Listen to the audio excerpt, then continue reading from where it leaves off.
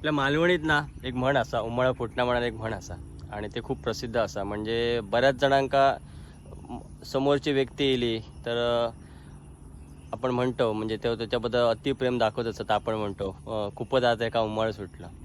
तर उमळ फुटणा एक मालवणी म्हण. म्हणजे जेव्हा पावसाचं पाणी जमिनीत मुरता त्यावेळी त्या सगळीकडून सकल भागातून त्या जमिनीतून उमाळता, त्याका उमळ फुटणं असं म्हणतात. त्याचं एक उत्तम उदाहरण तुमका मी दाखवत आहे. तर हो बघा, म्हणजे इकडे सगळीकडे असं उंच भाग असा, ह्या बाजू सगळीकडे, आणि मागे आपण ह्या जलस्रोताचं, म्हणजे ह्या पाण्याच्या स्रोताचा आपण व्हिडिओ टाकलेलो होतो, आणि त्याच्या तळात आपण मस्तपैकी ना बघू शकतो की उमळ फुटलेलो असा. बघू शकता पाणी जमिनीतून उकळतात असं आपण दृश्य दिसता. हे बघा, असं आपण बघू शकतो सगळीकडे.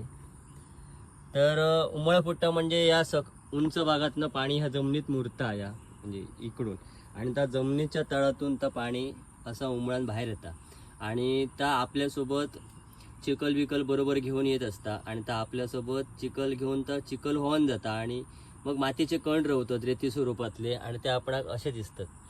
तर निसर्गाची अद्भुत रचना असाही. बऱ्याच वेळा आपण एका चमत्कार असा काहीतरी आपण म्हणतो, पण चमत्कार नाही, नैसर्गिक चमत्कार असा, नैसर्गिक, पण त्याका शास्त्रीय कारण सुद्धा असा.